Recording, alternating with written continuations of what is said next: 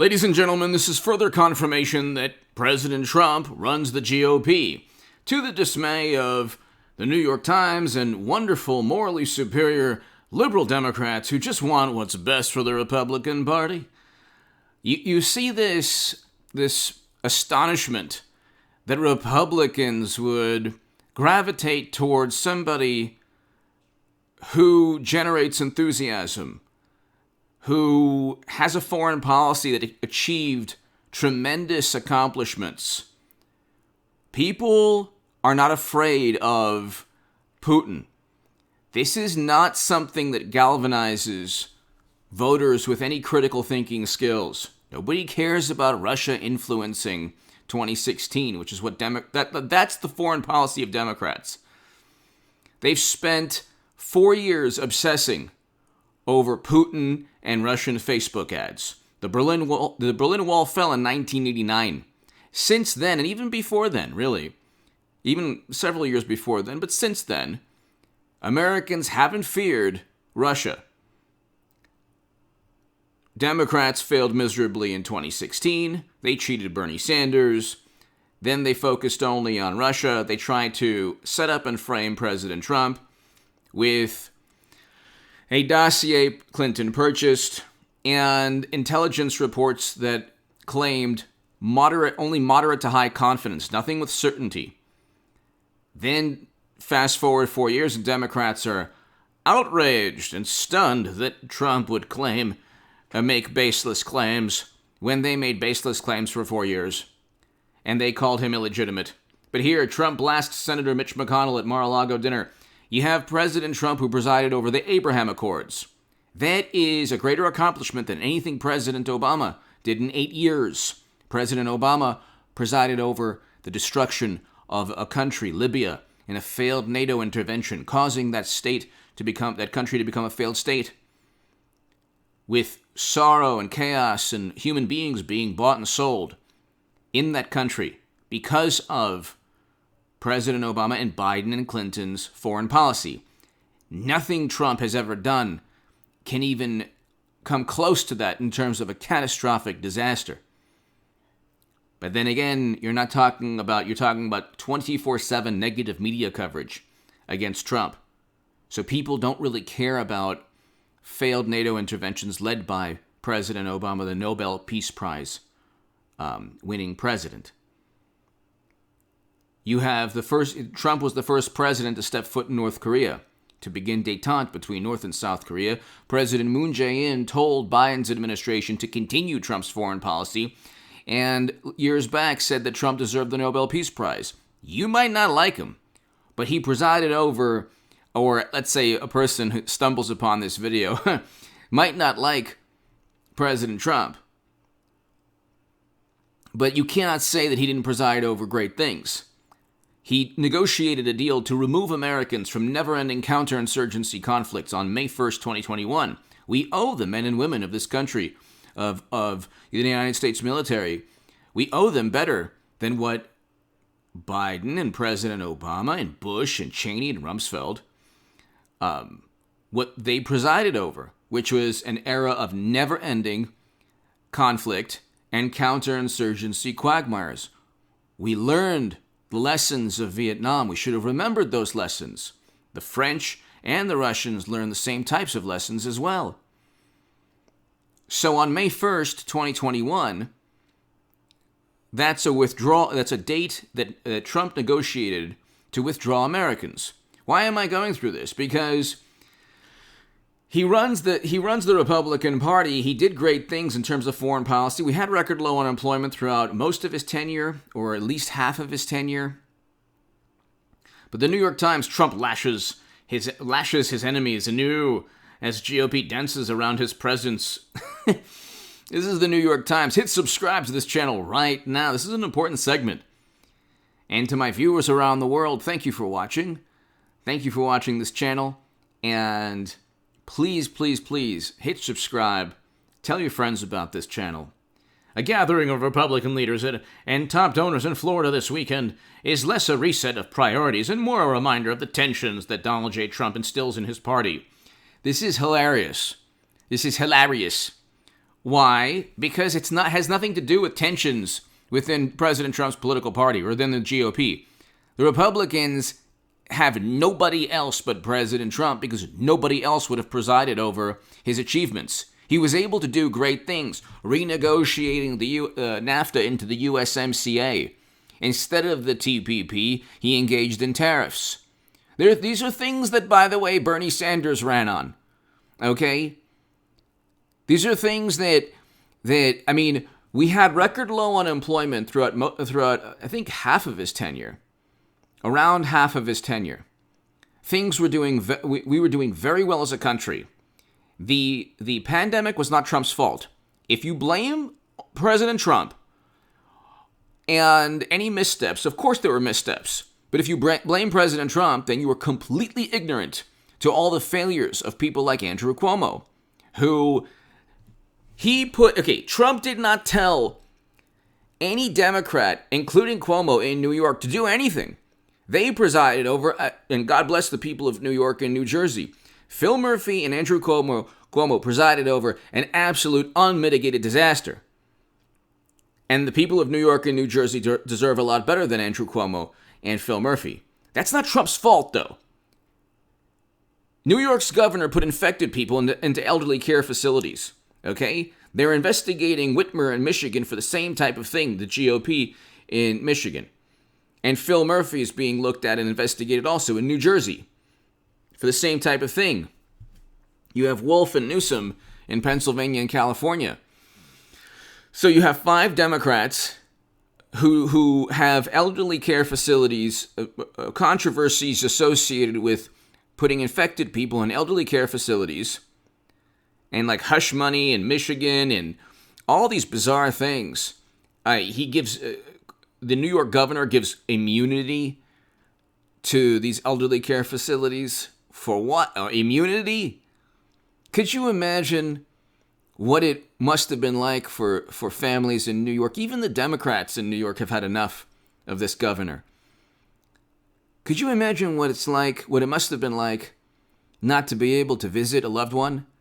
And then you have a man who apparently wrote a book and basked in the glory of just simply being anti-Trump. I mean, he was a failure throughout the past year. He had the worst pandemic response. New York was the epicenter of all of, the epicenter on the planet. And he wrote a book on leadership lessons. And could you imagine, though, the last days or weeks or moments of a person's life, an elderly person in one of those, old age homes where Cuomo put infected people? Why would you do that when this health issue affects the elderly more than any other group? Why would you do that? What experts and studies told you to do this? Because Democrats are morally superior, we know, and they're the smartest people in the room, we know that, and they live their lives on what experts and studies and the data tells them. Well, then look at the data, though, in the New York Times statistics. 7 of the top 11 states with the highest number of lives lost are Democratic-run states, and you can't just say, oh, well, look at the population, because the top 4 highest per capita rates are also Democratic-run states. So, according to the New York Times, go to the Bureau of Labor Statistics. The worst economies are Democratic-run states. So they're obsessed over Trump and the fact that I haven't even gotten to, or did I? He blasts McConnell. So I guess my long-winded preface to all of this is I'd rather he not do this, but President Trump, this is why, we already know he doesn't like McConnell, but I guess he's trying to wrestle control away of the Republican Party from people like McConnell. I don't know. At this point, I don't even know what to say. Maybe I'm wrong. I don't know. If he wants to go after people, limit it to Republicans. Don't give Democrats or media or morally superior, apoplectic, morally superior, wonderful, wonderful, wonderful liberals any political momentum or ammunition. So if you want to go after McConnell, fine. Former President Trump called Senate Minority Leader Mitch McConnell a dumb S.O. during a dinner soiree at Mar-a-Lago on Saturday. And joked the... This is hilarious. This is hilarious. So you can read the New York Post article. I don't even want to, I don't know if I could say, whatever. But Trump veered from his prepared remarks when he lashed out at the Kentucky lawmaker, Reuters reported, citing an attendee at the Republican National Committee dinner in Palm Beach, Florida. So,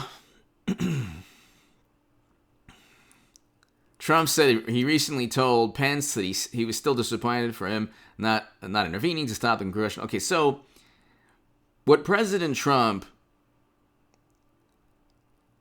what he's doing is slowly, he's already drawn a line in the sand a long time ago he did, but he's continually marking that line in the sand, which is fine.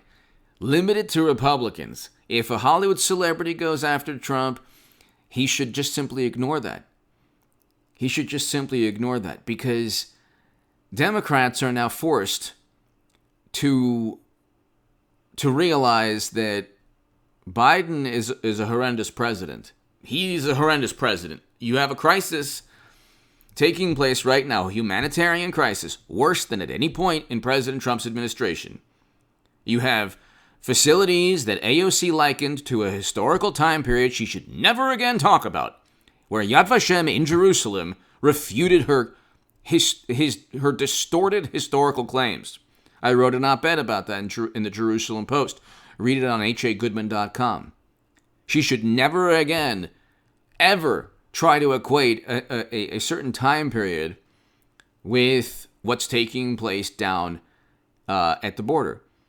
Because it's worse now. The same cages, the same facilities, the same tragedies are taking place. Except now, these facilities are running at well over capacity. Well over capacity. They're overrun now. And you have the Vice President, Kamala Harris, who hasn't even visited any of these locations. When Democrats are in the Oval Office or they run Congress, you see what's taking place. No outrage, no more lectures on morality. You get Keith Olbermann. He has a video out. It's the best video you've ever seen in your life. What do you expect us to do? I don't know. How about fix this horrendous problem?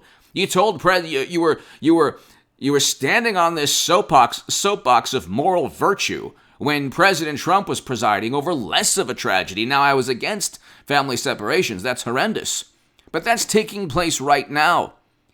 These types of things are taking place right now. Maybe not the actual policy, but there's people losing their lives. There's young people at risk of a whole lot of things.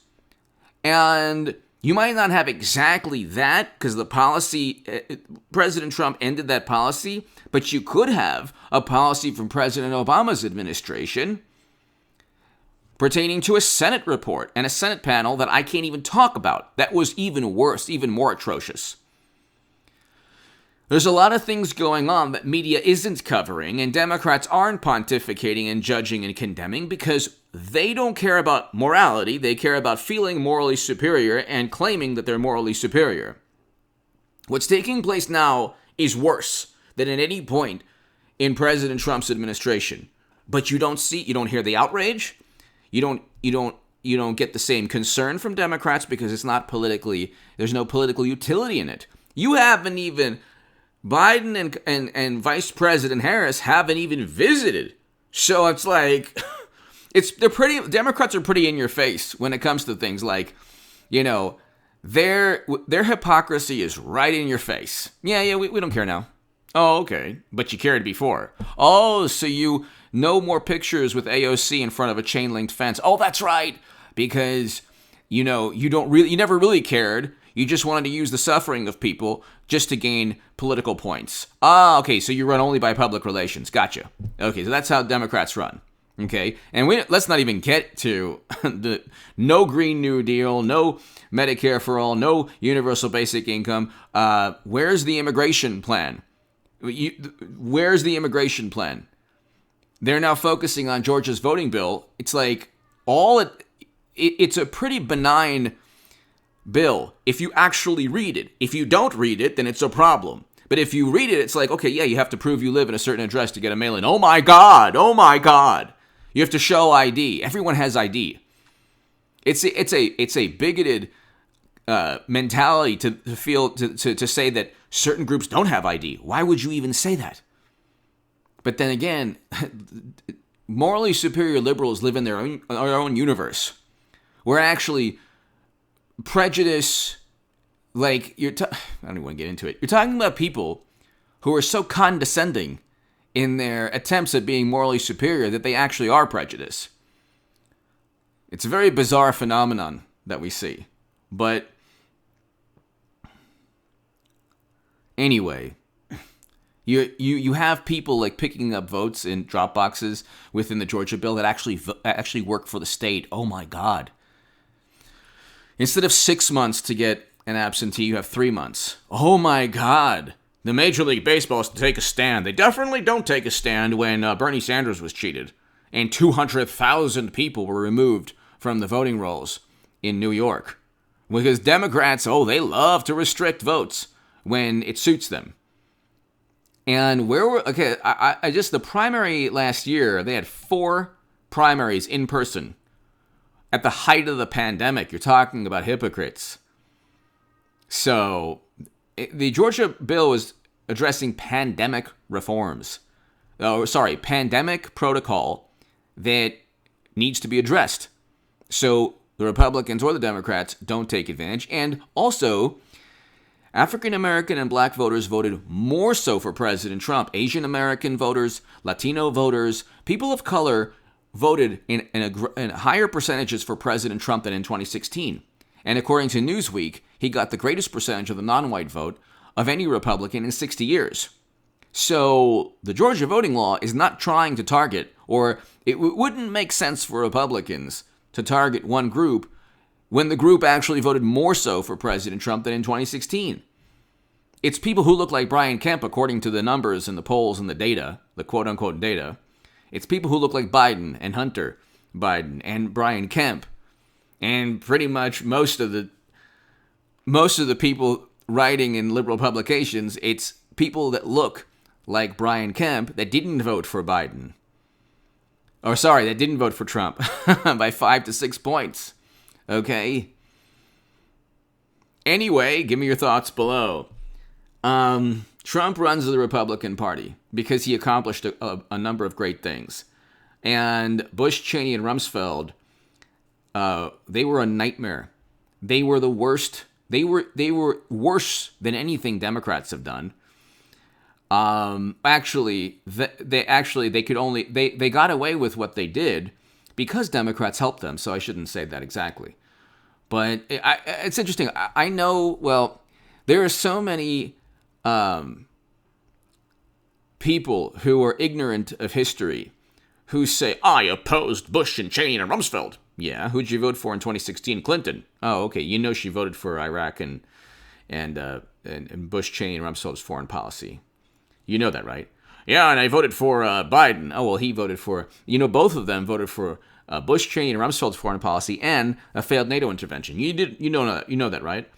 So it's like these people are like clueless. But anyway, give me your thoughts below. Hit subscribe right now. Trump went after McConnell.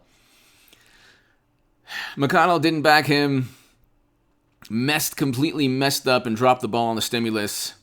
The establishment Republicans are like in this twilight zone. Like they're like, oh, we're still Republicans from the early 2000s. Like, no, you're not. You're actually, if you don't become more populist, which is people on the left like that also. Populist is not. It's a very good thing, actually. You want to remove Americans from never-ending counterinsurgency conflicts. A lot more important than what Trump tweets or says. If you focus on what Trump said, as opposed to the good things he did, You know nothing about history, because despots and authoritarians and totalitarians, they didn't sign prison reform legislation. Okay, they did what Biden did and wrote the crime bill with a 100-to-1 sentencing disparity. Give me your thoughts below. Hit subscribe right now.